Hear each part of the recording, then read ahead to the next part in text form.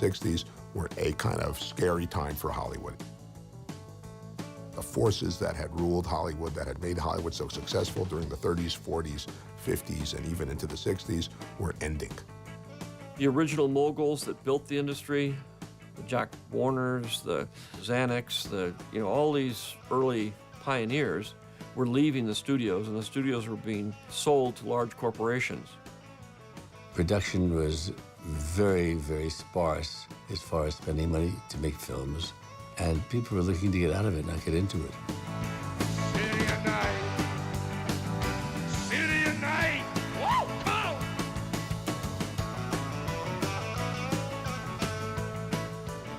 Francis and George Lucas and I and a number of others had all run away from Los Angeles, partly because we were all ex-film students, and to be a film student at that time was to have a little mark of Cain on your forehead, that you were not welcome. And we decided that San Francisco would be a great place to start a little film company, and that we would outfit it with young, adventurous directors, and we would do alternative kinds of films. There was an idea that we could do something different than what was being done in Hollywood. Back then, it was very hard to get into the business. The business itself was, some people believed that it was the end of movies as we knew it. There had been some big failures of films that had traditionally been very successful, like, The Sound of Music was one of the thought to be the biggest, most successful film made at the time, and then they made another film with the same team called Star, and no one came to see it. It was a period of extraordinary change. I've never seen public taste change as quickly. In fact, 1969 or 1970 was the year of lowest movie attendance ever. David Niven has written, we would look back in the future, we would look back on going to the movies the way we look back now on vaudeville. That it was a peculiar social situation that happened for a 50 or 60-year period, and then it died out because of television. In the 30s, 40s, and 50s, Paramount was one of the great legendary studios, great stars. But by the time you get to the 1960s, it really was the bottom of the top 8. Would you believe that Paramount was bought, 5 years before The Godfather was made? The entire studio was bought for $600,000. Charlie Bluedorn was the head of Gulf Western, which was a giant conglomerate who had bought Paramount. He was a very dynamic entrepreneur, buying and selling companies and countries and God knows what all. Mel Brooks' film, Silent Movie, was all about what was going on in Hollywood at the time, because it's about an old-time Hollywood studio that was bought out by a conglomerate called Engulf and Devour, which is clearly a reference to Gulf and Western. Engulf and Devour were these scary guys in a boardroom in New York City who were heartless and not interested in any kind of creativity and not really even interested in movies. In fact, they were thinking of just selling off the real estate just to turn a profit. Charlie told me they're going to close the studio down. I said, give me a chance to go and make a presentation to the board. Good afternoon. My name is Robert Evans, and I'm Senior Vice President of Paramount Pictures. My job at Paramount is to oversee our productions around the world. These past few years have been rough for Hollywood. We've made a lot of mistakes. Paramount needed a hit, obviously, and they got a hit, by the way, in Love Story. Love Story was a very important film for Paramount. It's the first time in motion picture history that a picture is being released while the book is still the #1 book in the nation. I think Love Story is going to bring the people back into the theater in droves. I could go on for an hour and tell you about 20 or 30 projects that are in various stages of development and bore you with it. So I won't. But I want to bring up one project, and that's The Godfather. To bring up the similarity between The Godfather and Love Story, which are the two biggest books of the last decade. We developed both of these books, spurring the writers on to make these books what we think will be the great movies they're going to be. Well, the book came out and it made its own history, but distribution at Paramount did not want to make it. In your wildest imagination, could you ever fathom developing a 30-page treatment into the biggest novel of the decade. And the distribution mavens don't want to make it. Sicilian mobster films don't play. That's what these distribution guys had to say. Look at The Brotherhood, a perfect example. Kirk Douglas, an all-star cast, terrific reviews. It didn't even have a first week in business. Outside of red ink, every one of the films shared another thing in common. They were written, directed, and produced, and usually starred Jews, not Sicilians. See, police. He's a take at his club, and he's a play with it just like a cop. I know. And what made matters worse, one director after another turned it down. I don't get caught here with you. Here I sit controlling the biggest book in the world, yet my company won't make it, and I can't find a fucking Maestra to direct it.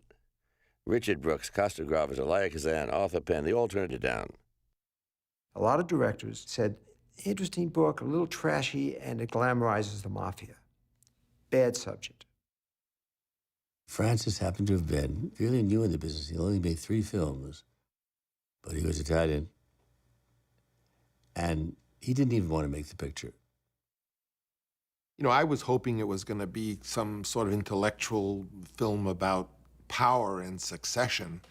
And in fact, it was more sort of pseudo-Hollywood Frank Sinatra stories and the woman with the who needed an operation of her private parts and stuff that I thought was sleazy. Zoetrope Studios in San Francisco was in a terrible financial crisis at the time. I remember discussions around the espresso machine about whether Francis should take the job or not, because it's exactly the kind of job, on one hand, that he was running away from. He wanted to make small personal movies, European-type movies, and here was Hollywood at, in a sense, it's Hollywoodiest for the reasons that those other guys had turned it down, trying to grab him back. As things got sort of grimmer and grimmer on the American Zoetrope front, I started encouraging Francis to think about her survival more than anything else.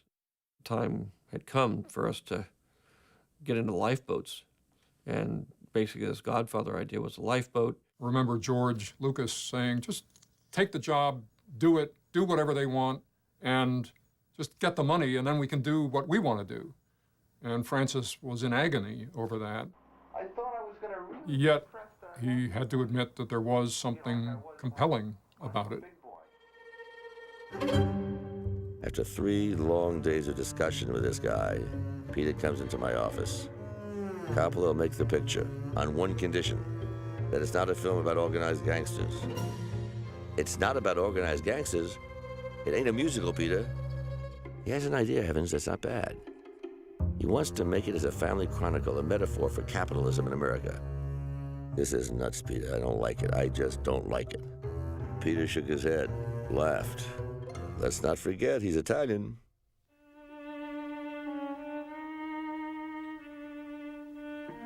When I finally agreed to do it, it was because I began to become fascinated with it as a story of succession, the so-called story of a king with 3 sons. I don't know if I was able to verbalize so intelligently to someone, even to get back to Peter Bart, that I wanted to do it as a metaphor for capitalism. Ultimately, that's what it was.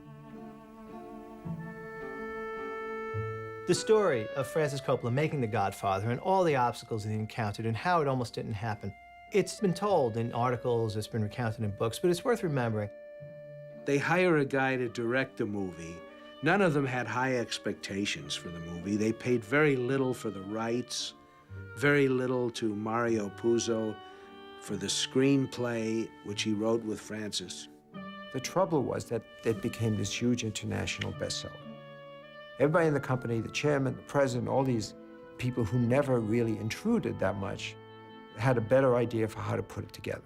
And they objected to almost every major character who was cast. They didn't want Brando, they didn't want Pacino, and Francis had to fight for all of these people.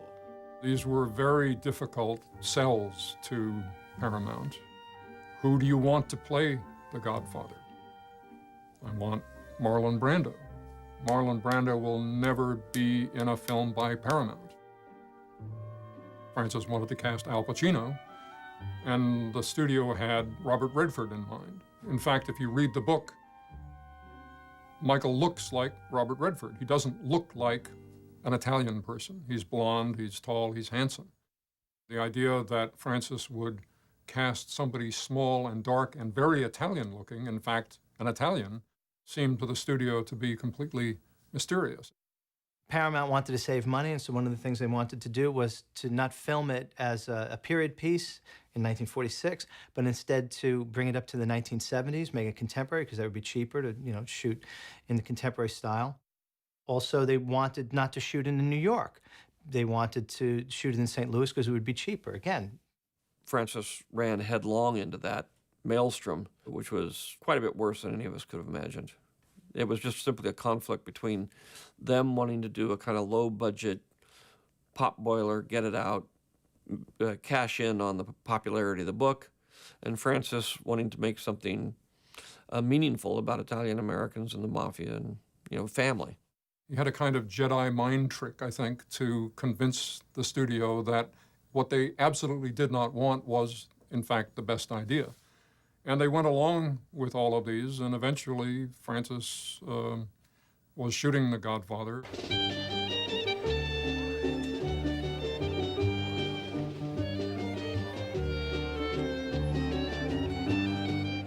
The powers that be at the studio, as they were seeing the dailies, were horrified. They were horrified with everything. They didn't like Brando. They thought he mumbled.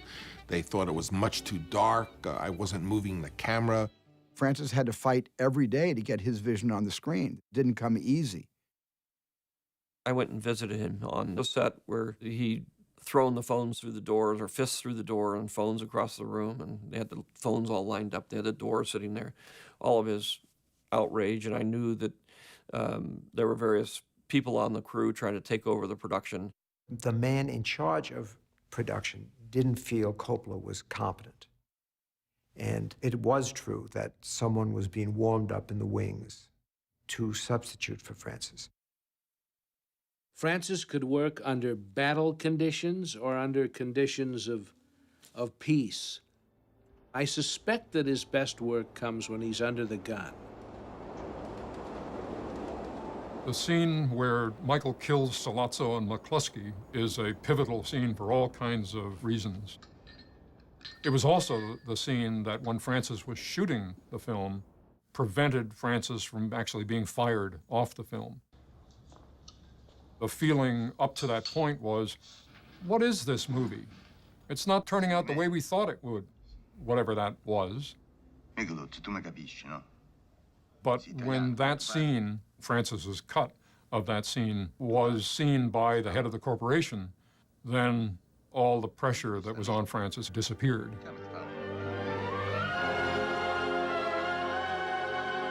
When the picture opened, the night it opened, to the Lowe State Theater in New York,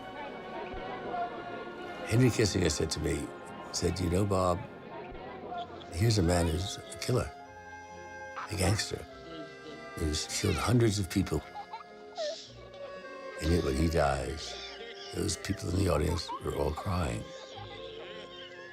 That's touching greatness. And this man, Coppola, has touched greatness.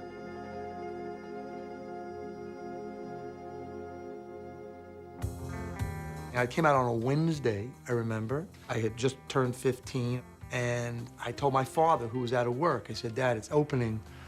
And because I had been reading about it. I was a big movie fan, and all of us were big movie fans in the house. So we went on Saturday. We waited online a long time. The lines were all the way around the block. And I remember I was just mesmerized. I believe in America. America has made my fortune. I think anyone who saw the movie that day or that week knew that they saw something quite extraordinary.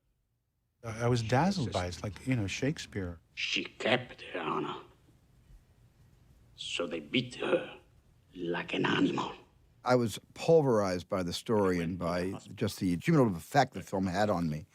And I also felt that I should quit, that there was no reason to continue directing because I would never achieve that level of confidence and the ability to tell a story, such as the one I had just experienced. So in a way, it shattered my confidence. It was a celebration for people from my background. When we saw it, we were like, oh, wow, there we are. But then are we that? We're not, we're not that, you know. I think there's no doubt that Coppola, being an Italian steeped in that culture, it's in every frame of that movie. The opening scene of Connie's wedding, the documentary footage of the mother, you know, or of them dancing and of them singing. I don't think that somebody who wasn't steeped in the culture could possibly have been that attentive to the kind of detail that it requires to set up the shots, to get it in a documentary style. A lot of these wide shots, you know, where you got so many people, so many things going on, and it's kind of extras, not quite, you know, there's things about it that aren't perfect. I don't know whether it was intentional or not, but a lot of those things are just left in, but it makes it feel more real. I didn't grow up in a household that was movie savvy at all. People didn't watch films. My father's Italian and my mother's Jewish. It's, you know, and those two cultures are very similar. But everything, even like Sonny, when he gets upset and he's like biting his hand, you know what I mean? There's just like I mean, I've seen it with my, you know, male Italian relatives. It was the same gestures, it was the same, this family life was the same, it was the same high level of tension and operatic behavior in the family. Probably not supposed to say this, but I had a problem because Marlon Brando wasn't Italian and James Caan wasn't Italian. Maybe that's why James Caan and Brando sort of stuck out for me, because the rest of it seemed, I felt like I was seeing my family for the first time. Soon after that was Mean Streets, which was even more realistic. I don't think of them as gangster movies. I think of them as Italian family movies, because that's the level that I related to the film. It's got nothing to do with the occupation. It's got nothing to do with the good and evil aspects of what these people did for a living. But in terms of the family structure and the relationships and the food that they ate and the songs that they sang and the behavior that they had.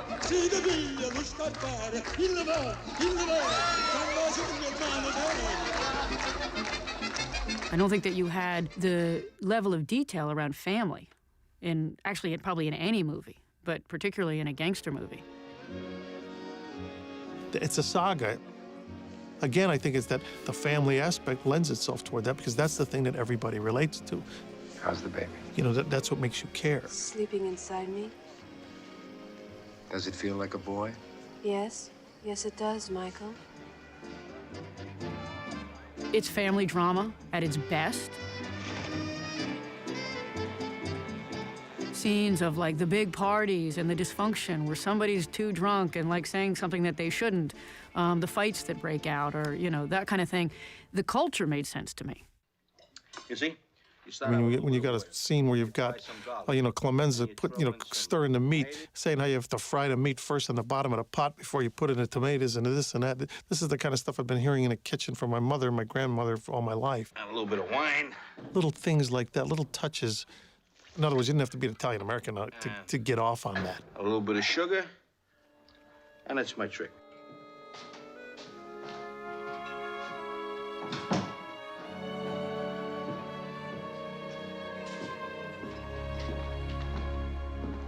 One of the scenes that I remember is when De Niro comes home and he gets the apple for his wife with a piece of fruit. It's a pear.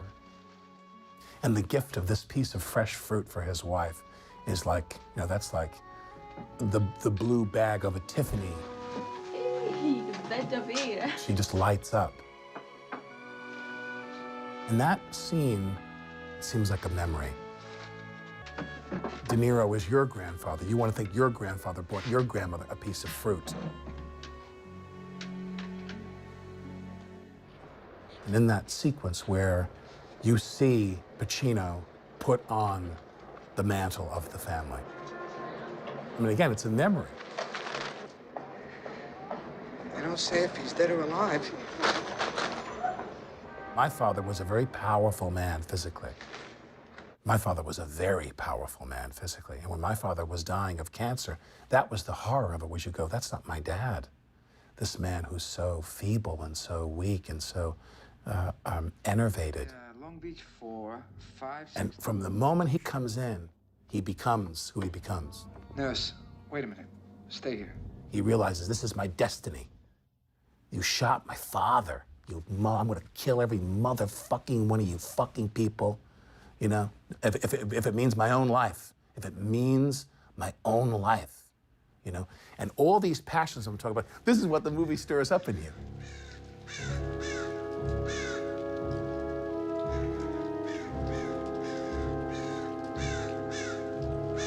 This is a film that improves every time you see it.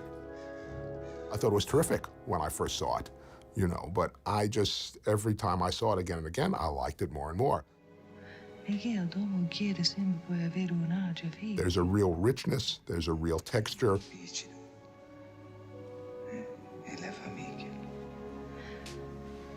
Ma tua famiglia, non tu puoi amare, nudo.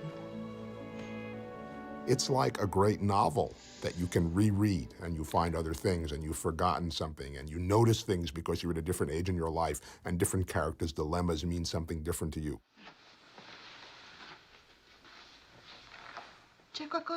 What was a huge change for me seeing The Godfather was the humanity and emotion. Don Corleone, I wish you would have let me know you were coming. I could have prepared something for you. The most emotionally charged scenes in the movie obviously belong to the gangsters. And they have the same emotions that you and I would have. Scenes like after they've fired into his house and he says, "In my home!" And there's this level of rage that is building inside of him. In my bedroom where my wife sleeps! There are these kind of psychotic break moments. Where my children come and play with their toys. Where you have the neurotic gangster, which I think totally leads to Tony Soprano. Godfather really kind of set the tone for taking that kind of movie out of the the old days of, the old Paul Muni movies and Edward G. Robinson movies, and took it into a whole other kind of level of reality. This is Al Capone. We just talked over your new brewery down at the Stockyards. What is this? Take a look and see what we got for you, Snorky. What are you talking about? You talking straight or I'll jam this phone down your throat. Well, I remember how Italians were depicted on television, and even Chico Marx, who played an Italian who talked like this. And, I was Italian, and my relatives didn't talk like this. Look at me. A man always got to know what he's got to know. I got the plenty, I got the house, I got the automobile, I got the nicer girl. One thing about those early 30s movies was you always had to have a moral ending.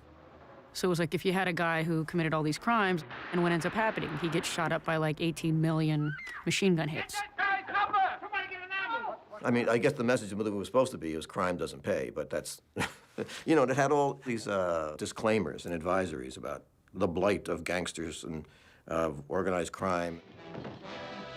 They have a distinctly American moralistic point of view about making them colorful, yes, attractive, yes, but reproachable and punishable. Come on, get your hands behind your head. The Godfather allowed for these things to be discussed in human terms and not moral terms only, or at least the moral palette became more ambiguous. The story of the undertaker who had his daughter abused and beaten, that the court system and the police, nobody would do anything, and that you had to go to some honorable person like Don Corleone to get justice. Take a hold of him. Morally and ethically, it showed a world that was corrupted from the top down. My father's no different than any other powerful man. Any man who's responsible for other people. Like a senator or a president. Do you know how naive you sound? Why? Senators and presidents don't have men killed. Oh. Who's being naive, Kay?